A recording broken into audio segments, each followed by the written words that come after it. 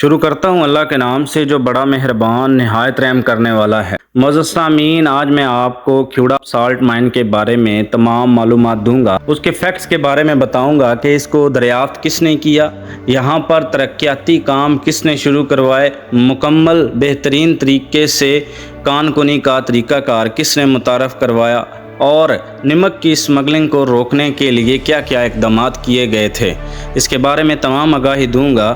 لیکن اس سے پہلے گزارش ہے کہ میرے یوٹیوب چینل کو ضرور سبسکرائب کیجئے گا۔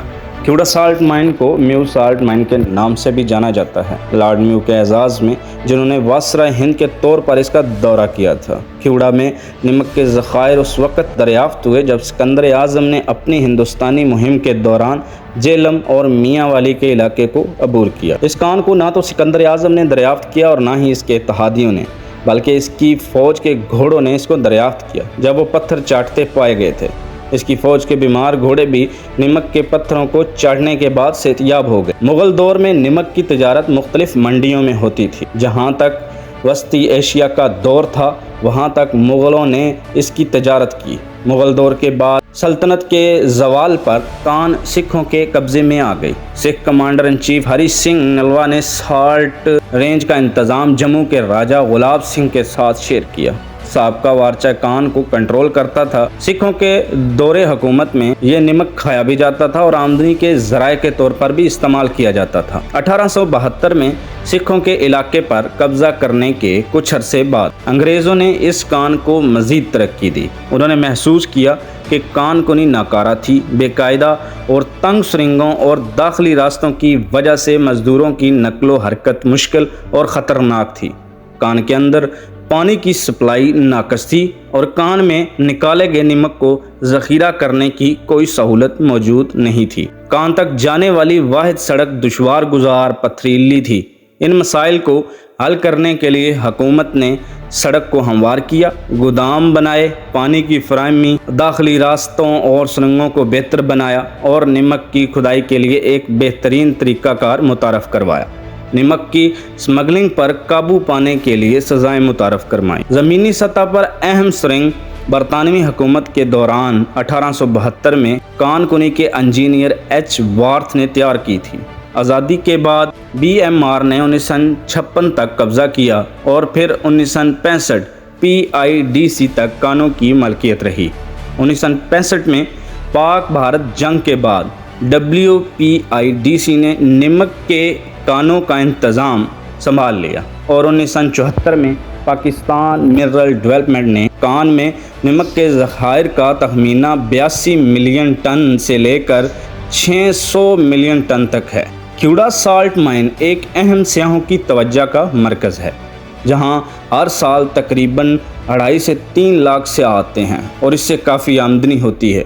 کھیوڑا سالٹ مائن ریلوے پر زائرین کو کان میں لے جایا جاتا ہے۔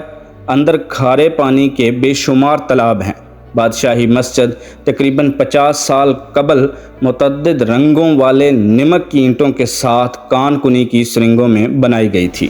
کان میں دیگر فنکارانہ نقش و نگار، مینار پاکستان کی نقل، علامہ اقبال کا مجسمہ، کرسٹل کا ایک ذخیرہ جو چین کی عظیم دیوار کا نمونہ اور مال روڈ کا ایک اور نمونہ۔ سیاحتی سہولیات اور پرکشش مقامات کی ترقی کے 2 مراحل مکمل کیے گئے، جن کی کل لاگت 9 ملین روپے تھی۔ 20 بستروں پر مشتمل ایک کلینکل وارڈ 2007 میں قائم کیا گیا تھا، جس کی لاگت 10 ملین روپے تھی۔ فروری 2011 میں پاکستان ریلوے نے لاہور اور راولپنڈی سے کھیوڑا تک سیاحوں کے لیے خصوصی ٹرینیں چلانا شروع کی۔ اس مقصد کے لیے ایک نجی فرم کی مدد سے کھیوڑا کے ریلوے اسٹیشن کی تزئین و آرائش کی گئی۔ کان میں سیاحوں کے دیگر پرکشش مقامات میں 75 میٹر اونچا 245 فٹ اسمبلی ہال شامل ہے۔ نمک کا پل جس میں 25 میٹر گہرے یعنی 80 فٹ گہرے نمکین تالاب پر کوئی ستون نہیں۔ شیش محل جہاں نمک کے کرسٹل ہلکے گلابی ہوتے ہیں۔ پاکستان منرل ڈیولپمنٹ کارپوریشن نے 1971 میں کھیوڑا میں مائن سروے انسٹیٹیوٹ قائم کیا۔ یہ ادارہ کانوں کا سروے کرتا ہے، کان کنی کے لیے کان کنی سے متعلق کورسز کا اہتمام کرتا ہے اور اس نے کھیوڑا ماڈل ہائی اسکول اور کھیوڑا خواتین کالج قائم کیا۔ ابھی حال ہی میں کانکنی نے غیر آلودہ پینے کے پانی کی فراہمی کے لیے کانکنی کمپنی کے خلاف ایک اہم ماحولیاتی مقدمہ جیت لیا ہے۔ کھیوڑا کے رہائشیوں کو دستیاب پانی، نمک، کوئلہ اور دیگر قریبی کانکنی کی سرگرمیوں سے آلودہ ہو چکا تھا۔ یہ معاملہ بین الاقوامی سطح پر انسانیت اور ماحول کے درمیان تعلق کے حوالے سے اہم تسلیم کیا جاتا ہے۔ 2003 میں جب حکومت پاکستان ملک کے تیل کے اسٹریٹجک ذخیرے کو 90 دن تک بڑھانے کے طریقے تلاش کر رہی تھی، PMDC نے کھیوڑا کی کانوں کو اسٹریٹجک تیل کے ذخائر کو ذخیرہ کرنے کے لیے استعمال کرنے کی تجویز پیش کی۔ سائنسی رپورٹس نے اس تجویز کی فیزیبلٹی کی تصدیق بھی کی، لیکن اسے ٹھکرا دیا گیا۔ معزز سامعین، کھیوڑا سالٹ رینج اور کھیوڑا سالٹ مائن قدرت کا ایک انمول تحفہ ہے۔ یہ پاکستان کو بہت ہی زیادہ فیمس کرتا ہے اور پاکستان کے لیے بہت بڑی نعمت ہے، کیونکہ یہاں پر نمک بے تحاشا اویلیبل ہے۔ آپ خود اس بات سے اندازہ لگائیں کہ اگر کھانے کے اندر نمک نہ ہو تو پھر اس کی اہمیت کا اندازہ ہوتا ہے۔ تو جن ممالک کے اندر نمک موجود نہیں، وہ لوگ بہت مہنگا اور ایکسپینسو ریٹس پر بھی اس کو خریدتے ہیں، لیکن قدرت نے یہ فری میں ہمیں تحفہ دیا ہے۔ ہمیں اس کی حفاظت کے لیے اقدامات کرنے چاہیے اور یہاں پر سیاحت کو فروغ دینا چاہیے۔